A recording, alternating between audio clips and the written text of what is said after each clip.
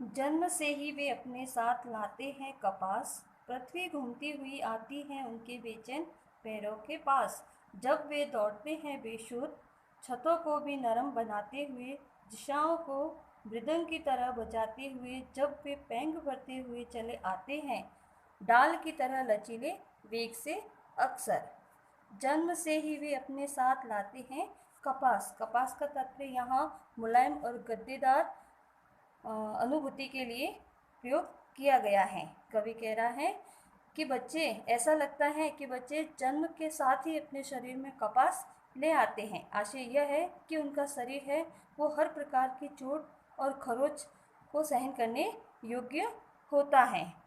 पृथ्वी घूमती हुई आती है उनके बेचैन पैरों के पास। कवि कह रहा है कि जब पतंगबाजी का माहौल होता है और बच्चे उस पतंग के पीछे भागते हैं, तो उनके पाँवों में एक बेचैनी होती है, जिसके कारण सारी पृथ्वी को वे नाप डालना चाहते हो। वे मानो सारी पृथ्वी पर घूम आ जाना चाहते हो।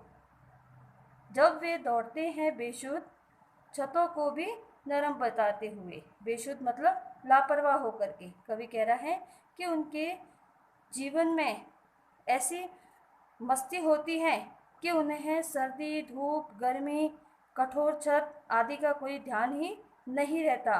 वे कठोर छतों पर इस तरह दौड़ते हैं मानो कि वे छतें बहुत ही नरम हो, और उनके नरम पैरों से छतें भी नरम हो जाती हैं। दिशाओं को मृदंग की तरह बजाते हुए। मृदंग का तात्पर्य एक वाद्य यंत्र है। और कवि कह रहा है कि जब पतंगबाजी का माहौल होता है और बच्चे होते हैं उस पतंग के पीछे भागते हैं उस पतंग को पकड़ने के लिए, तो उनके पैरों की जो लयबद्ध ध्वनि होती है, उस ध्वनि के कारण वो ध्वनि ऐसी लगती है जैसे सारी दिशाओं में कोई वाद्य यंत्र बज रहा हो। जब वे पैंग भरते हुए चले आते हैं डाल की तरह लचीले वेग से अक्सर। पैंग पैंग भरना मतलब झूला झूलना।